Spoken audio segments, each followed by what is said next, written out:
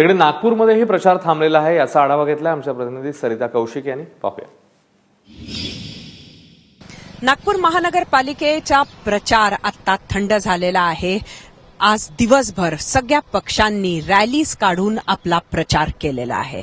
त्याचबरोबर सर्व पक्षांनी भरपूर जोर लावून आजचा प्रचार केल्याचं चित्र आपल्याला दिसतं आहे.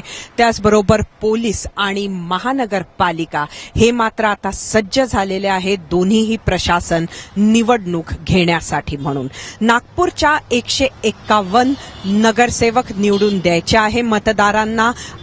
38 प्रभाग आहेत नागपूरमध्ये आणि याच्यासाठी मतदान होताना सगळ्यांना ही उत्सुकता आहे की कुठला पक्ष निवडून येणार. खरं बघितलं तर गेली 10 वर्ष ही भाजपाची सत्ता आहे आणि ज्या पद्धतीनं नागपूरकडे विकास हा दणक्यानं नितीन गडकरी आणि देवेंद्र फडणवीस यांनी आणला, त्यानंतर भाजपाची सत्ता ही तिसऱ्या टर्मला सुद्धा येणार ह्याबद्दल फारशी भीती काही कुठं दिसत नाहीये. मात्र तरी सुद्धा अनेक ठिकाणी मोठ्या प्रमाणामध्ये भाजपामध्ये सुद्धा बंडखोरी झालेली आहे. या संपूर्ण प्रचाराच्या दरम्यान शिवसेना असो, मनसे असो किंवा राष्ट्रवादी असो, या सगळ्या पक्षांकडे त्यांच्या मोठ्या नेत्यांनी मात्र प्रचारामध्ये पाठ फिरवली. त्यामुळे त्यांचे उभे असलेले उमेदवार हे तर वाऱ्यावरच होते. आपापल्या पद्धतीनं प्रत्येकानं प्रचार करण्याचा प्रयत्न केला, मात्र न राज ठाकरे, न उद्धव ठाकरे, न शरद पवार, कोणीही मोठे नेते, या पक्षाची इतरही फळीचे नेते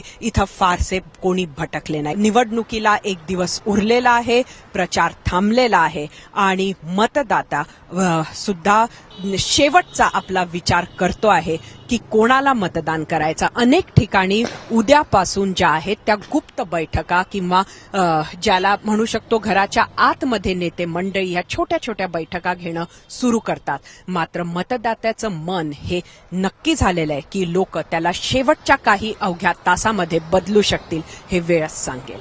कॅमेरामन अतुल हिरडेसह सरिता कौशिक, एबीपी माझा, नागपूर.